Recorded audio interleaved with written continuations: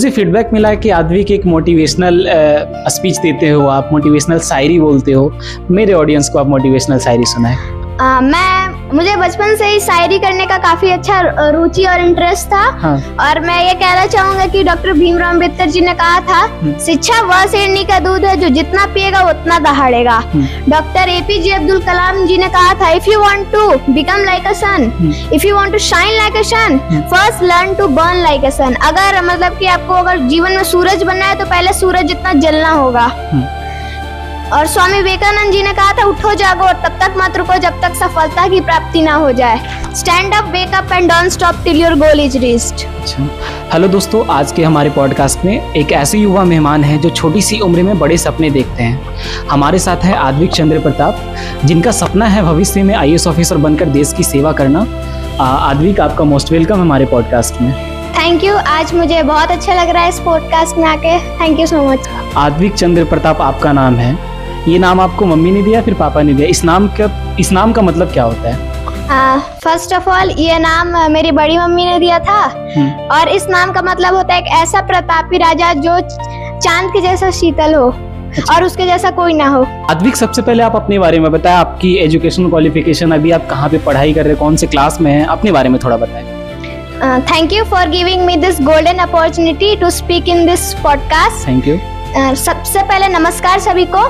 मैं आद्विक चंद्र प्रताप, मैं सैनिक स्कूल नालंदा में क्लास 6 स्टैंडर्ड का एक स्टूडेंट हूँ। मुझे नए आइडियाज को सीखना, नए चीजों को एक्सप्लोर करना और लोगों से इंटरेक्ट करना बहुत पसंद है। मैं एक ऐसे परिवार से हूँ जहाँ शिक्षा और अनुशासन का बहुत बड़ा मायने रखता है। मेरे पापा mister Chandan Kumar Indian railways में सीनियर सेक्शन इंजीनियर हैं। वो मुझे लाइफ में काफी सपोर्ट करते हैं। और मेरी मम्मी मिसेस प्रशंसा कुमारी एक होम मेकर है। उनका प्यार और दुलार मेरे लिए बहुत बड़ा स्ट्रेंथ है। और वैसे तो मुझे सारे सब्जेक्ट्स अच्छे लगते हैं, लेकिन मैथ्स का कॉम्प्लेक्स प्रॉब्लम सॉल्व करना मुझे काफी अच्छा लगता है। आपकी फेवरेट सब्जेक्ट मैथ्स थी ना मेरे ख्याल से? हाँ। आद्विक, आप मुझे बताएं कि आप एक सैनिक स्कूल में पढ़ाई कर रहे हैं, वहाँ के बारे में एक्सपीरियंस बताएं हमारे ऑडियंस को। Thank you. सैनिक स्कूल में काफी अच्छा मोटिवेटिंग और डिसिप्लिन इन्वायरमेंट होता है। मैं बचपन से ही चाहता था कि मैं एक अच्छा डिसिप्लिन्ड सिटीजन बनूं। और जब मैं सैनिक स्कूल के बारे में सुना और जाना तो मैं सोचा कि मुझे भी वहाँ एडमिशन लेना चाहिए। और मेरे पेरेंट्स और टीचर्स ने भी मुझे काफी सपोर्ट किया वहाँ एडमिशन लेने के लिए। एडमिशन का रिक्वायरमेंट क्या होता है वहाँ पे? सबसे पहले एंट्रेंस एग्जाम होता है, फिर वहाँ पे मेडिकल होता है। हाँ। जो मेडिकल में फिट होते हैं फिर लास्ट में काउंसलिंग होता है। मैंने सुना है कि सैनिक स्कूल में एज ए सैनिक के ही बच्चे वहाँ पे पढ़ते, क्या ऐसा भी होता है वहाँ पे? ऐसा तो हाँ, उसमें काफी सीट रिजर्व रहता है। तो ऐसा नहीं होता कि वहाँ पे सैनिक है तो डिफेंस के बच्चे ही जाएंगे पढ़ने, आम नागरिक के बच्चे नहीं पढ़ सकते वहाँ पे?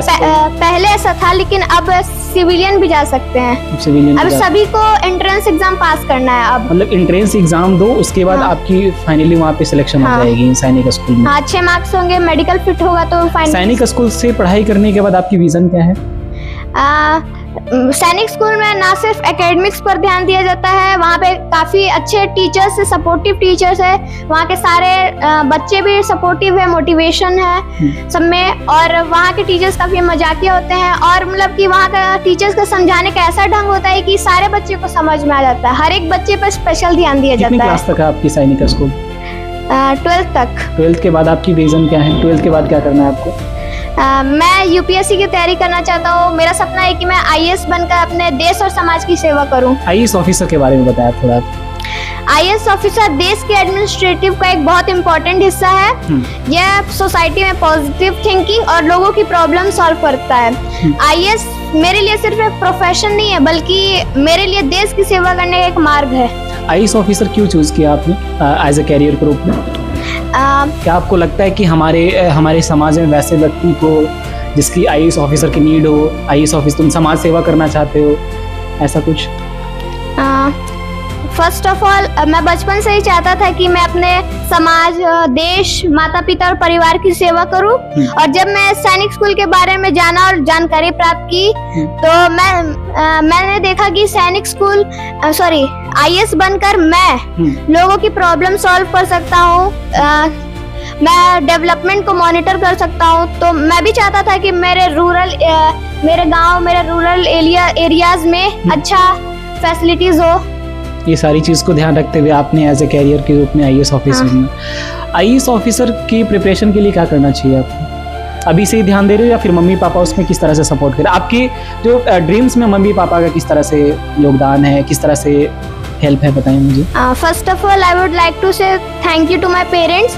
उन्होंने मुझे हर सिचुएशन में सपोर्ट किया, मोटिवेट किया, मुझे जीवन में आगे बढ़ने के लिए काफी प्रेरित किए। मेरे पापा का जॉब था, तभी उन्होंने मेरे लिए टाइम निकाल के मेरा सपोर्ट किया, मेरे हर सिचुएशन में सपोर्ट किया। और मेरी मम्मी मेरे ऊपर काफी ट्रस्ट करती थी। आपके अंदर जो संस्कार है आद्विक, मुझे बहुत ज़्यादा मतलब अंदर से बहुत मतलब एक पॉजिटिव थिंकिंग देता है। मुझे फीडबैक मिला कि आपके पापा सीनियर सेक्शन इंजीनियर भारतीय रेलवे में कार्यरत हैं। ड्यूटी करने के बाद आपके साथ पापा किस तरह से बिहेव करते हैं, उसके बारे में थोड़ा बताएं। वैसे तभी वो हर दिन मेरे लिए टाइम निकालते हैं, हर दिन मुझे नए नए चीज सिखाते हैं और मुझे मतलब कि हमेशा मॉनिटर करते रहते हैं कि अद्विक पढ़ रहा है या नहीं पढ़ रहा है। मतलब ड्यूटी से आने के बाद? हाँ। जैसा कि आपने बताया कि आपकी फेवरेट सब्जेक्ट मैथ रही है, मैं जानना चाहता हूँ कि क्या साइंस भी रहा है, और अगर साइंस रहा है तो आपकी साइंस में कौन कौन से ऐसे आविष्कार है जो आपको अंदर से प्रभावित करता है? जी हाँ, मेरा science one of the most favourite subject रहा है। हाँ। और मुझे एआई का इन्वेंशन काफ़ी ज़्यादा प्रभावित करता है। वो आज के दुनिया में हमारे पूरे वर्ल्ड को काफ़ी कनेक्टेड और एडवांस्ड बना दिया है। किस तरह से बनाया? अभी देखा जाए तो आर्टिफिशियल इंटेलिजेंस हो गया, फिर नए नए आविष्कार जो हो रहे हैं साइंस में, ऐसा कौन कौन सा आविष्कार जो आपको सबसे ज़्यादा पसंद आया है अभी तक? देखिए, एआई है वो काफ़ी एडवांस्ड है और वो मतलब कि हमारे ह्यूमन थिंकिंग आंसर दे सकता है, जैसे चैट जीपीटी, एआई मोड, फिर बहुत सारे हैं ऐसे जेमिनाई। और एआई है अभी काफ़ी सारे फील्ड्स में वाइटल रोल निभा रहा है, जैसे एजुकेशन, एडमिनिस्ट्रेशन, हेल्थ केयर में भी मतलब वाइटल रोल एआई का ही हो रहा है अभी आज के ज़माने में। इंडिया वर्सेस अगर कोई भी देश का कंपैरिजन करना हो तो आप किससे करना चाहेंगे? जापान, क्योंकि जापान में भी काफ़ी ज़्यादा आर्टिफिशियल इंटेलिजेंस, न्यू टेक्नोलॉजीज बहुत ज़्यादा है जापान में। क्या आपको नहीं लगता कि आने वाले समय में अगर हमारे इंडिया में भी हो सकता है? अभी इंडिया एक डेवलपिंग कंट्री है। आप आईएएस ऑफिसर बन जाओगे तो क्या वो चीज़ें यहाँ पे ला सकते हो? हाँ, मैं काफ़ी अपना मतलब कि one of the most try करूँगा सबसे ज़्यादा। आईएएस ऑफिसर बनने के बाद आप अपने देश को, अपने जिस जिले में आप पोस्टिंग होगी आपकी, मतलब कैसे, मतलब वहाँ के जिले में आप क्या क्या करना चाहते हो? अगर मैं आईएएस बन जाऊँ तो मैं चाहूँगा कि काफ़ी सबसे पहले अभी जो रूरल एरियाज में मैं नोटिस किया हूँ कि बहुत ज़्यादा एजुकेशन और हेल्थ केयर का उतना ज़्यादा डिपार्टमेंट अच्छे से नहीं है, तो मैं चाहूँगा कि यही दो मेजर एडवांसमेंट कर दूँ। हाँ, उसके अलावा कुछ? उसके अलावा स्कूल्स, अभी हाई स्कूल जहाँ भी मैं रूरल एरिया में रह रहा हूँ, यहाँ पे मेरे हिसाब से कोई अच्छा हाई स्कूल या स्कूल नहीं है। अच्छा। आद्विक, आप बिहार से बिलोंग करते हो, अभी आप जहाँ पे हो, जहाँ जिस लोकेशन पे हो वो बिहार के अंतर्गत आता है। बिहार में ऐसा कौन कौन सा टेक्नोलॉजी या कौन कौन सा आविष्कार आपको थोड़ा सा अच्छा लगता है, इस बारे में थोड़ा? Invention of zero and invention of university. अच्छा। बिहारी में सबसे प्राचीन नालंदा यूनिवर्सिटी हुआ था। हाँ। और इन्वेंशन ऑफ जीरो आर्यभट्ट ने किया था। वो काफी अच्छे वेल नोन मैथमेटिशियन है हमारे इंडियन हिस्ट्री के। मुझे फीडबैक मिला है कि आद्विक एक मोटिवेशनल स्पीच देते हो, आप मोटिवेशनल शायरी बोलते हो। मेरे ऑडियंस को आप मोटिवेशनल शायरी सुनाएं।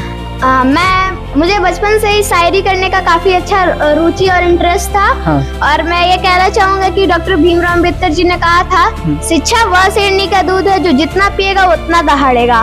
डॉक्टर एपीजे अब्दुल कलाम जी ने कहा था, if you want to become like a sun, if you want to shine like a sun, first learn to burn like a sun. अगर मतलब कि आपको अगर जीवन में सूरज बनना है तो पहले सूरज जितना जलना होगा।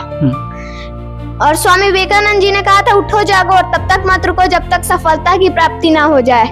Stand up, wake up and don't stop till your goal is reached. अच्छा, और आपकी जो आपकी ऑडियंस में एज ए आपकी एज वाले बच्चे भी देख रहे हैं, उन लोगों से क्या कहना चाहते हो? मैं ये कहना चाहूँगा कि अभी की दुनिया में सबसे ज़्यादा इम्पोर्टेंट पढ़ाई है। और पढ़ाई में अगर पढ़ाई को सही करना है तो अभी हम लोग कॉन्सेप्ट्स की रेगुलर प्रैक्टिस करना होगा। मतलब अच्छे हम लोग को अच्छे संस्कार सबसे पहले चाहिए।